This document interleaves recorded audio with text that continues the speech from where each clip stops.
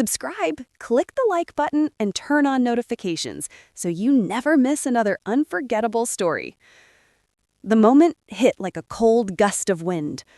One sentence, that's all it took. Sign here or get out. I froze mid-bite. The roasted chicken on my fork suddenly felt heavier than the world. My parents sat across from me. Calm faces, unreadable expressions. My mother's eyes were steady, but her hand trembled just slightly. My father's jaw was tight, his fingers drumming against the table. The paper between us wasn't just a document, it was a line drawn in the sand. I couldn't breathe for a second. Shock rolled through me, sharp and disorienting. Everything I thought I knew about this evening, this family, this life, collapsed in a single moment. Just seconds ago, the room had been warm, alive with the hum of conversation and the smell of home-cooked food. Now it felt cold, hostile, like I was standing on the edge of a cliff. "Excuse me?" I asked, my voice trembling, despite my best effort to stay composed. "Sign it," my father repeated, firmer this time. "Or leave. It's that simple." The words reverberated in my chest. Leave? Everything I had built, everything I had known, it could all vanish in an instant. Childhood memories, family dinners, the safe familiarity of this house. Gone. I stared at them, trying to process. My mother's gaze flicked to me, then down at the paper. She was waiting for the reaction she wanted. Fear, desperation, obedience. But it didn't come. Not from me. I placed my fork down slowly, carefully, my heart hammering. I had to think. I had to measure my next move. One wrong word, and it would all be over. I need some time, I said, soft but firm. Time? My father repeated, disbelief creeping into his voice. This isn't a request. It's your choice. Sign or leave. I understand, I said, trying to steady my shaking hands. It's just big.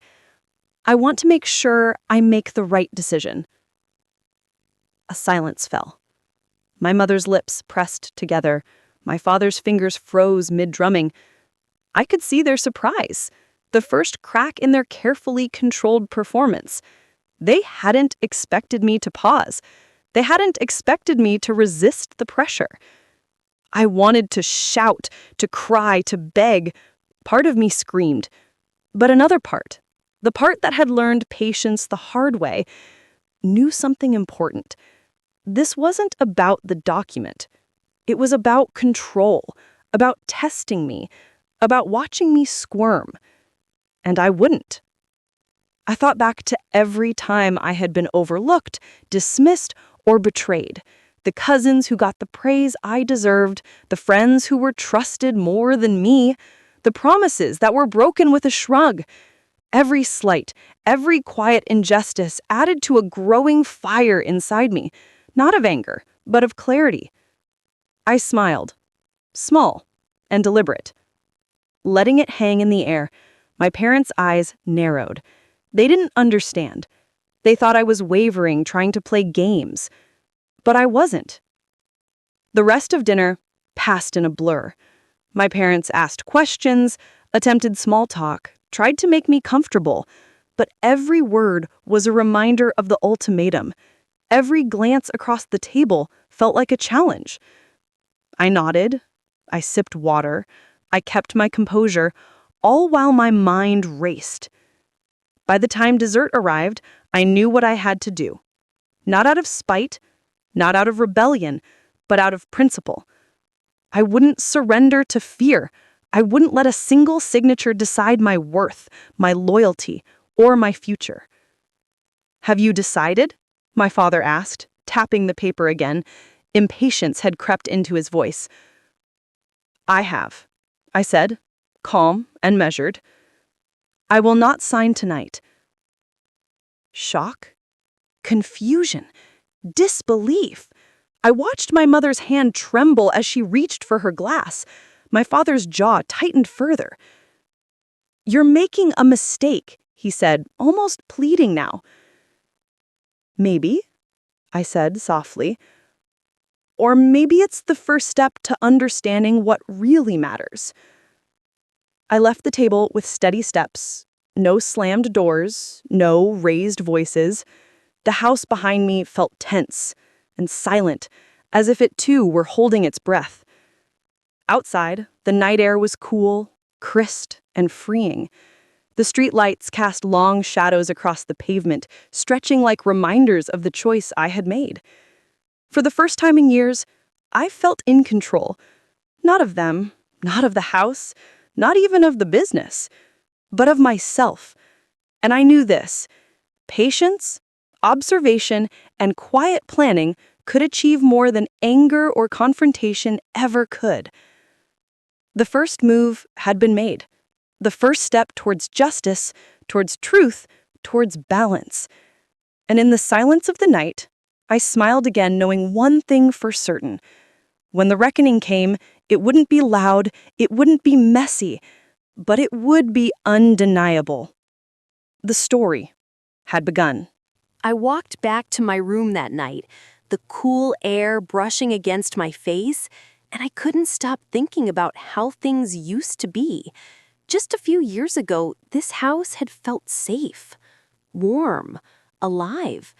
The laughter of family dinners, the teasing between cousins, the quiet conversations with my parents after everyone else had gone to bed, it all felt so ordinary, so unshakable.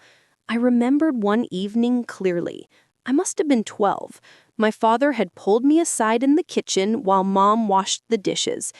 "Your uncle's been talking," he said, his voice low, careful. "He thinks you're too young to understand business." I had frowned, "But I can learn. I want to help." He had looked at me, long and steady, then sighed. "Maybe, but you have to understand. Family comes first."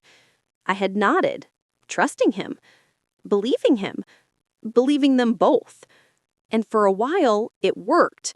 I watched them navigate meetings, phone calls, and negotiations, trying to understand what they understood.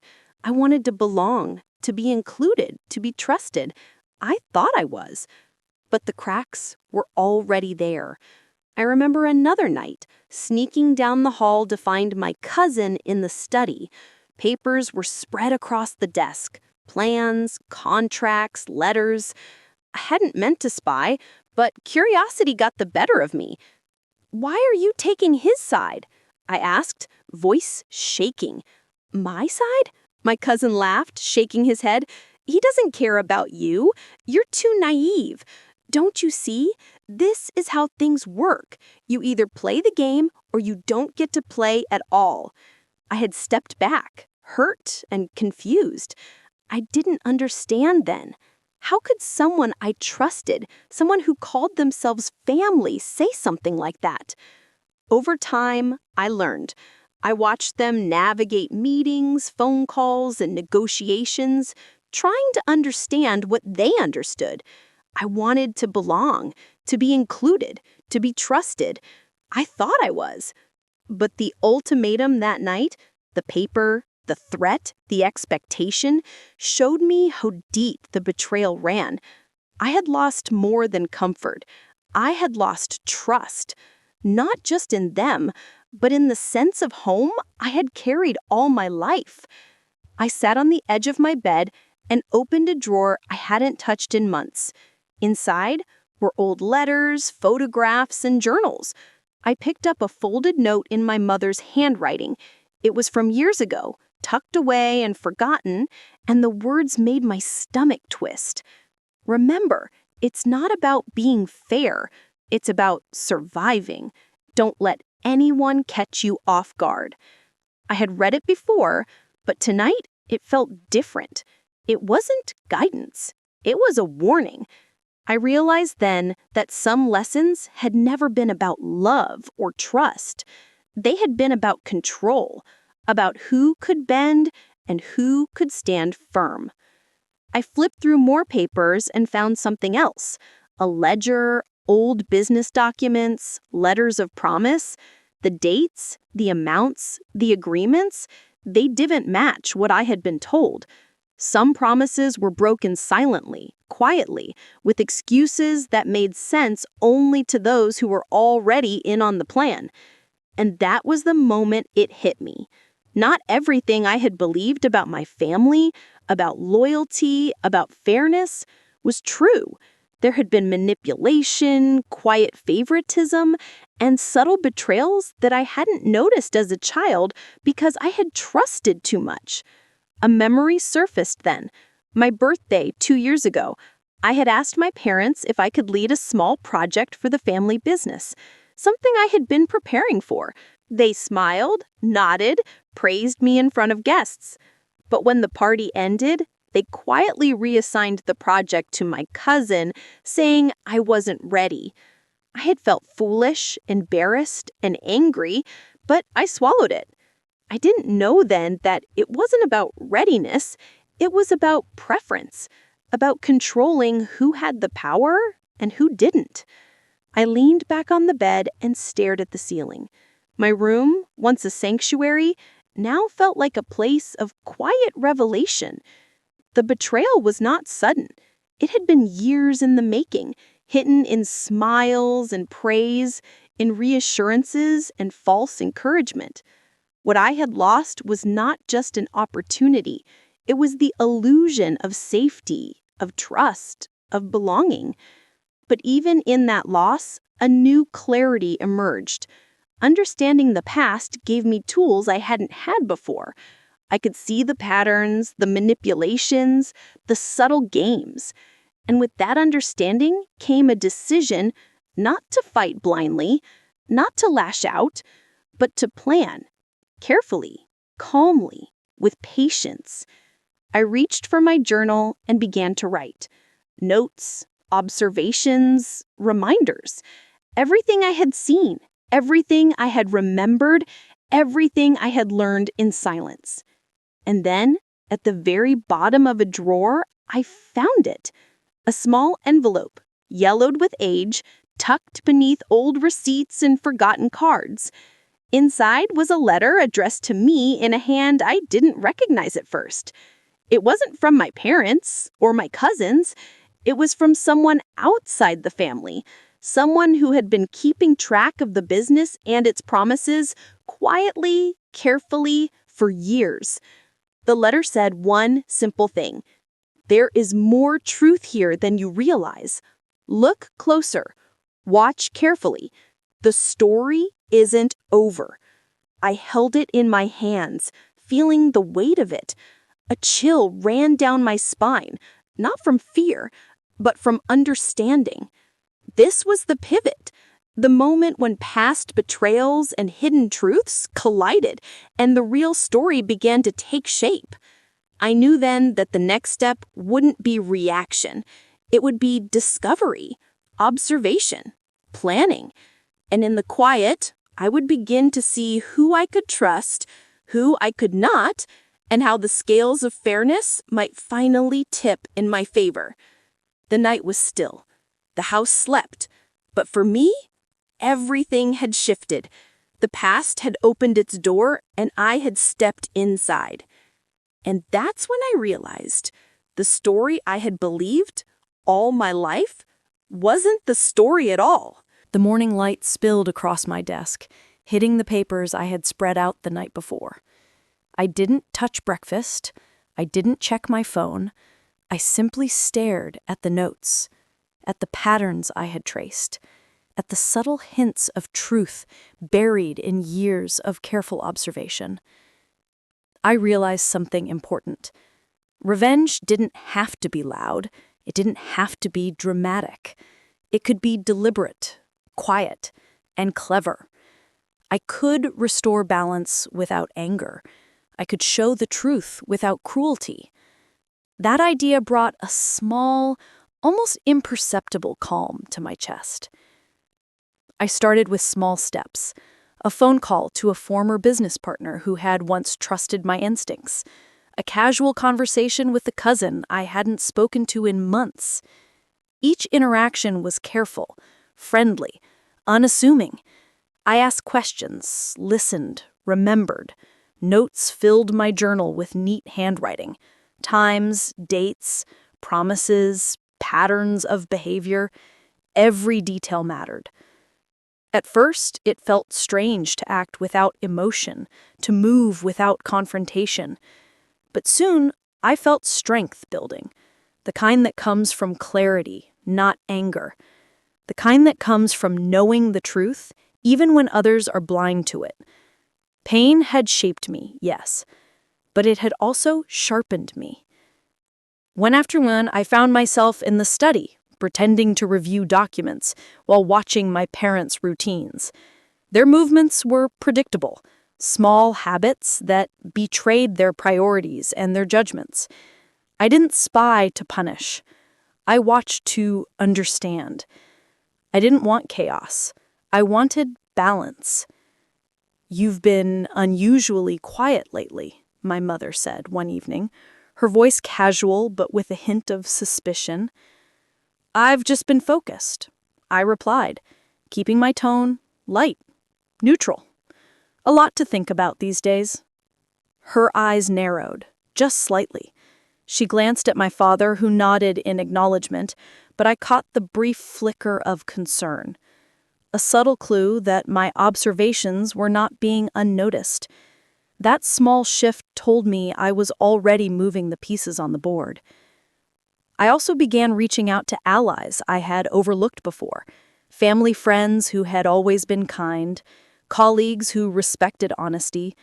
I asked questions carefully, shared small truths, and watched reactions. Every conversation added clarity. Every answer revealed patterns, and every pattern revealed what had been hidden in plain sight.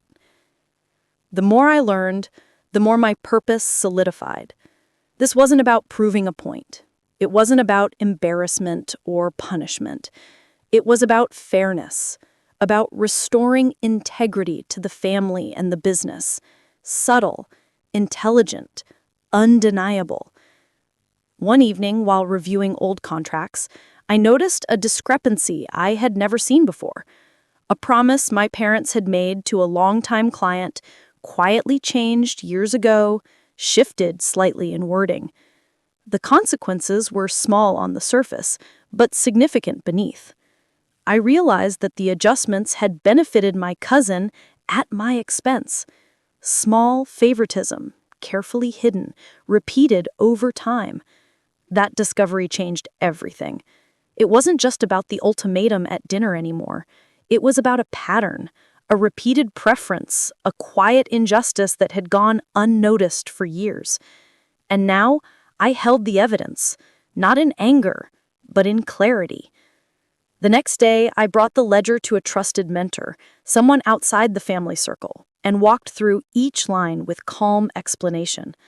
They nodded, impressed with my attention to detail, my patience, my understanding. They didn't flinch. They didn't question motives. They saw what I saw.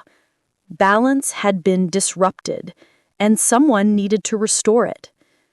Back at home, I noticed the subtle signs that my parents were sensing a shift. A longer pause before a question, a fleeting glance at my notes, a hesitation in conversation that hadn't been there before. They didn't know exactly what I had discovered, but instinctively they felt the tide turning. "I thought you'd sign by now," my father said one evening at dinner, voice calm but measured. "Are you reconsidering?" "I'm thinking carefully," I replied, my eyes steady, my tone neutral. A lot to think about these days. That small exchange carried more weight than they realized. My calm, my focus, my deliberate patience. All of it signaled that I was no longer playing the game their way, and I could see it in their faces, the first hint of unease. By the end of the week, I had assembled everything I needed: facts, observations, and clarity. I didn't need confrontation yet. I didn't need dramatics, but I was ready. Quietly ready. The scales had been tipped in my favor, invisibly, imperceptibly. And then it happened. While organizing some old correspondence, I found a single note tucked behind a folder, written in my father's handwriting.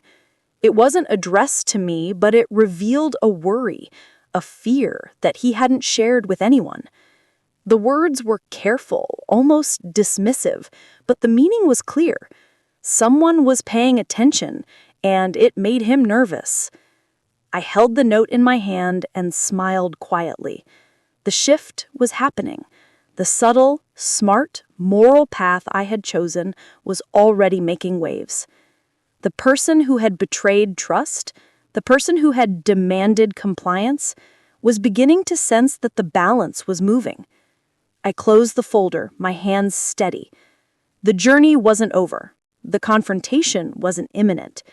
But the first pieces were in place, and the first hints of awareness had begun to show on the faces of those who thought they were in control. In the quiet of the evening, with the house asleep around me, I knew something powerful. Patience, intelligence, and moral clarity could achieve what anger never could. The story had returned to the present, and now the game had truly begun. The morning was quiet. The sunlight spilled across the kitchen table, glinting off the papers I had prepared. I didn't hurry. I didn't shout. I simply waited. My father entered, carrying his coffee, the usual calm in his step. He paused when he saw me. There was curiosity in his eyes, but also the faintest flicker of caution. "Good morning," I said, voice steady. "Do you have a few minutes?" He frowned slightly, but nodded. "Of course. What's on your mind?" I gestured to the papers. "I've been reviewing everything. The agreements, the promises, the business records. I wanted to go over a few things with you." He took a slow breath. "All right, let's see what you have." We sat. I handed him the documents, carefully marked with observations. I didn't accuse. I didn't raise my voice. I just let the evidence speak. Some of these entries, they don't match what I was told. Some promises were adjusted, reassigned. It seems certain opportunities went to others over me. He looked down, fingers tightening around his mug. For the first time, he didn't try to explain or redirect the conversation. Silence stretched between us, full and tense. I didn't notice at first. I trusted that what I was told was accurate. I believed the fairness of the decisions. But over time, patterns emerged. I can see now that choices were made that didn't include me. He didn't speak. His gaze was fixed on the table. My calm voice, my quiet presence, seemed heavier than any raised tone could ever be. "Why didn't you tell me?" I asked. Gently. Was it to protect me, or did you think I wasn't ready? He swallowed. I thought I was doing the right thing. I wanted to shield you from mistakes, from disappointment. But by shielding me, you removed the chance for me to grow on my own. You removed trust, not just opportunities. The air shifted. I could see it in his eyes. Realization. A quiet guilt settling in. He hadn't expected confrontation without anger. He hadn't expected clarity instead of blame. "I didn't realize," he admitted finally. "I thought it was better this way. I never considered that it would feel like betrayal." I nodded. "I understand why you acted the way you did. But understanding doesn't erase what happened. It just shows me the truth. And knowing the truth changes everything." He looked up then, eyes meeting mine, a mix of regret and concern. I suppose I misjudged how important it was for you to be included, to make your own choices." "Yes," I said quietly. It wasn't about punishment. It wasn't about proving a point. It's about fairness, clarity, and trust. That's the balance I want restored. The room was still. The sunlight highlighted the subtle lines on his face, the first signs of understanding. I realized then that confrontation didn't need shouting, tears, or anger. Quiet power, the ability to remain composed, to speak truth calmly, to show evidence without theatrics, hit harder than any dramatic outburst ever could. I see now, he said slowly. I misstepped.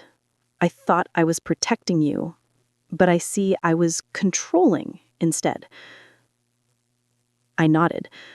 It's not about blame. It's about awareness. About learning what really matters, and it's not too late to correct it. He exhaled. A long, slow release. I don't know what to say. Say that you'll try, I replied, voice steady. Say that you understand the choices you made, and that you'll see the value in including me, moving forward. He looked at me, truly looked, and I could see the weight of his realization. His shoulders relaxed slightly. I see it. I see how I've underestimated you, how I've underestimated the consequences of my actions. That was the moment, the shift, the quiet recognition that the story wasn't just mine, it was ours. That the betrayals had left marks, yes, but that understanding and moral balance could reshape everything. I stood and collected the papers. It's a start. I said softly, we can rebuild trust. Carefully, thoughtfully, but it begins with honesty. He nodded, eyes misting slightly, not from shame, but from comprehension. The dynamic in the room had changed. Where there had once been authority and expectation, there was now respect and acknowledgement. The tension that had defined years of subtle betrayal began to lift, replaced by something more powerful, possibility. I walked to the door, leaving him to reflect. He didn't follow. He didn't protest. He simply stayed, absorbing the quiet lesson, the undeniable truth, the weight of reflection. For the first time, I felt it fully, the power of controlled emotion, of thoughtful confrontation. The path of revenge had become a path of restoration. The shift wasn't just in him, it was in me. I had learned to wield patience, clarity, and moral strength as effectively as any confrontation could have demanded. And as I closed the door behind me, I knew one thing. The story was far from over, but now anyone who had ever underestimated me could see that the rules had changed, the balance was tilting, and the next chapter, where actions followed words, was about to begin. The house was quiet that evening. The soft hum of the heater filled the space between us as I sat across from my father again. The papers were gone now. What remained was honesty, laid bare in the simplest form. I need to explain, he said, voice low but steady. Not as a justification, but as truth. I leaned forward slightly. My expression was calm, my heart steady. I had learned patience. I had learned clarity. And now, I was ready to hear it. You remember the projects I reassigned? He asked, nodding toward the table. It wasn't favoritism. Not entirely. There were decisions I made based on fear. Fear that you would take on too much, that you might fail, that the responsibility would crush you. I blinked, letting the words sink in. Fear. That was his motive? Not manipulation, not spite, not control, but the fear of losing me to the weight of responsibility. It didn't erase the betrayal, but it painted it differently. I thought I was protecting you, I thought I was doing what was best, but in trying to shield you, I overlooked your strength. I didn't trust you as I should have." I stared at him, taking it in. The anger I had carried for years was no longer sharp. It had dulled into understanding.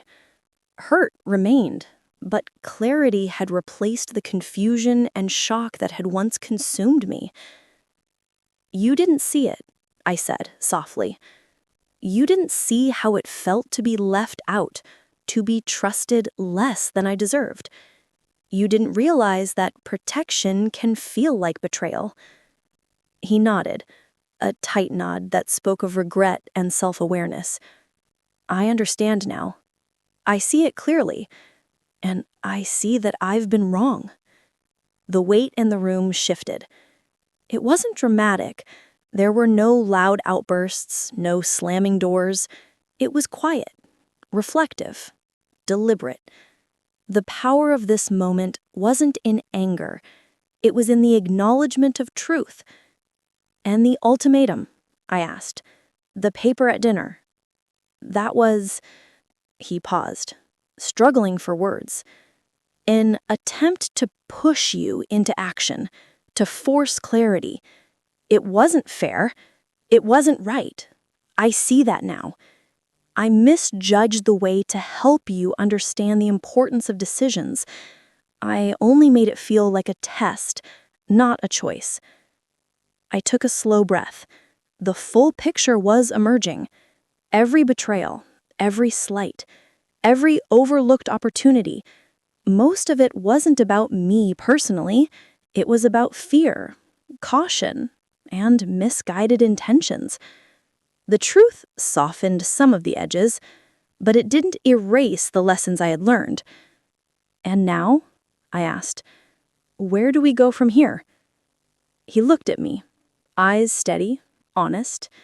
"We rebuild. Carefully, thoughtfully. We include you. We respect your voice. We don't hide things. And we don't assume we know what's best for you without asking." I nodded. It wasn't easy. It wasn't sudden. Trust couldn't be restored in a moment. But the first step had been taken. Acknowledgement, understanding, and a willingness to change. I could feel the moral choice stretching out before me. I could respond with anger, demand more than fairness, push for dominance. Or I could respond with balance, with forgiveness, with thoughtful guidance.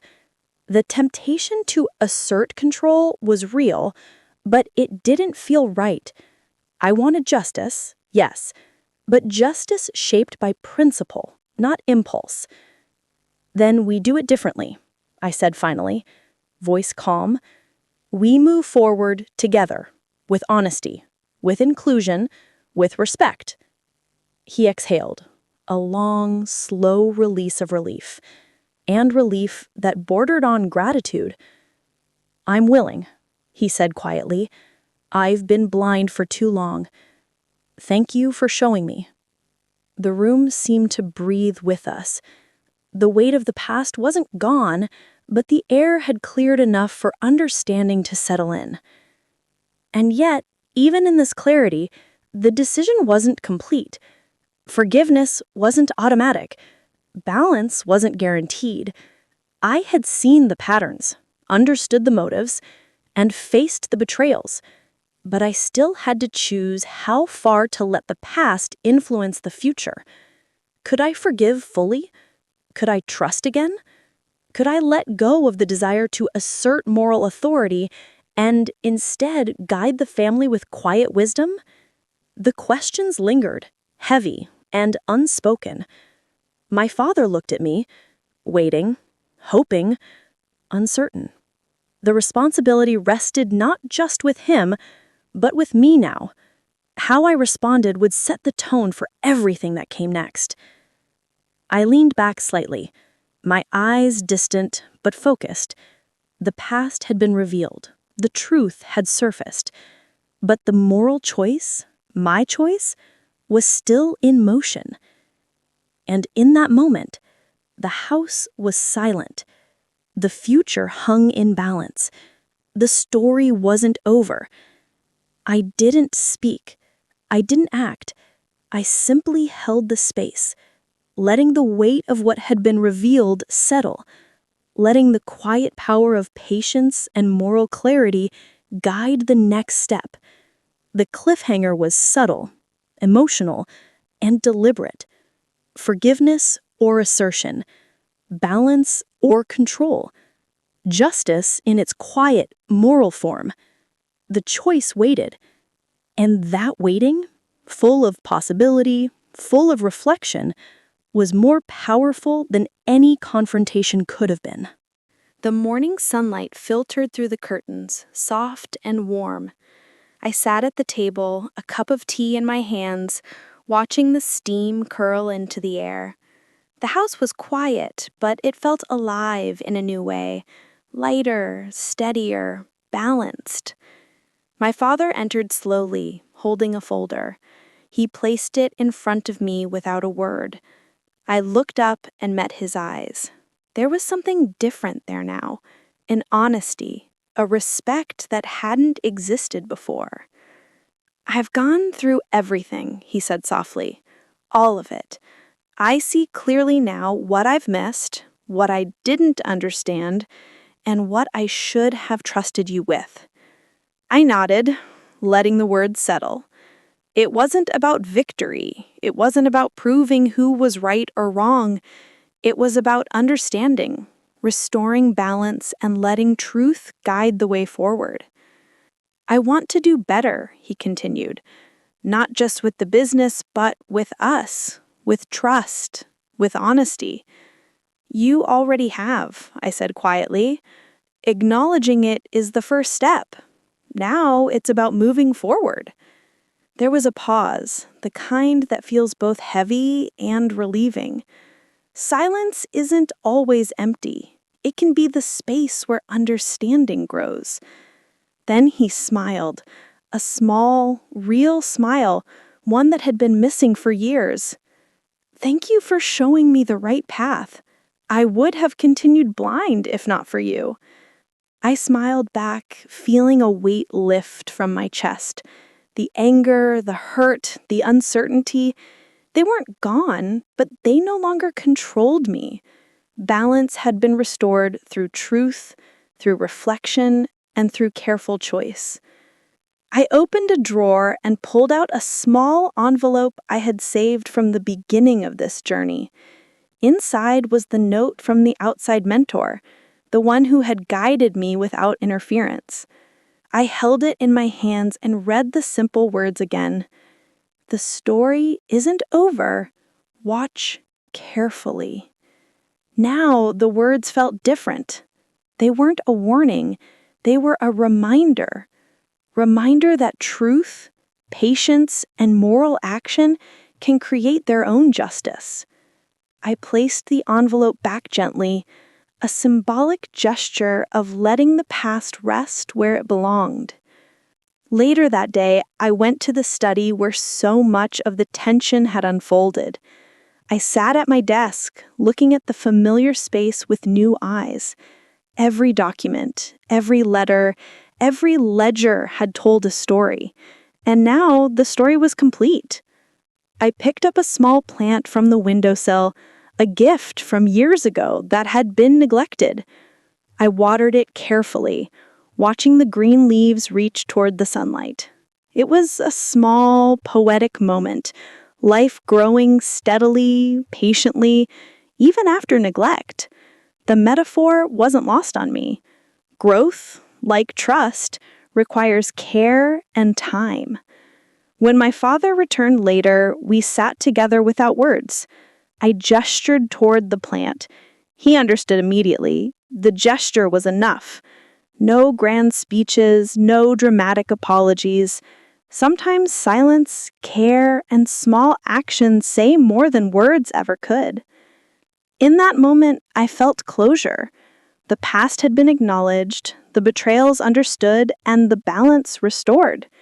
The family wasn't perfect. The mistakes weren't erased, But the truth had been revealed, and the emotional weight of secrecy and misunderstanding had lifted. I looked around the house, seeing the familiar spaces anew. The kitchen where confrontations had begun, the study where observations were made, the hallway where memories lingered. All of it felt full of possibility. Possibility for honesty, respect, and mutual understanding. As the evening light softened, I stepped outside for a moment. The sky was painted in warm hues of orange and pink, the sun dipping slowly toward the horizon. I inhaled deeply, letting the calm fill me. The world outside mirrored the quiet transformation inside. I thought about the choice I had made: patience over rage, understanding over retaliation, moral clarity over impulsive justice. That choice had reshaped everything. The peace I felt wasn't temporary. It was earned. It was deliberate. And it was powerful. I returned inside and saw my father sitting quietly, reviewing papers, a calm focus in his eyes. I didn't interrupt. I simply stood, letting the room settle into its new rhythm. Then, with a soft, reflective voice, I said, "We've learned a lot, and we'll keep learning, together." He looked up, nodded, and smiled. No words were needed beyond that. The gesture, the acknowledgement, the shared understanding, it spoke volumes. I walked to the window, looking at the horizon. The day was ending, but it wasn't over. Growth, understanding, and trust were ongoing, but now they were guided by truth and balance, not fear or secrecy. And, in that final moment, I felt it fully. The quiet triumph of patience, the lasting power of moral choice, and the gentle justice of truth. The journey had begun with betrayal, moved through discovery, careful action, and confrontation, and now it rested in quiet resolution. And as the sun dipped below the horizon, I whispered to myself, softly, with calm certainty, "The story isn't over, but we are finally at peace." If this story touched your heart, don't forget to like, comment, share, and subscribe for more real-life love and emotional stories. Your support helps us bring more meaningful stories to life.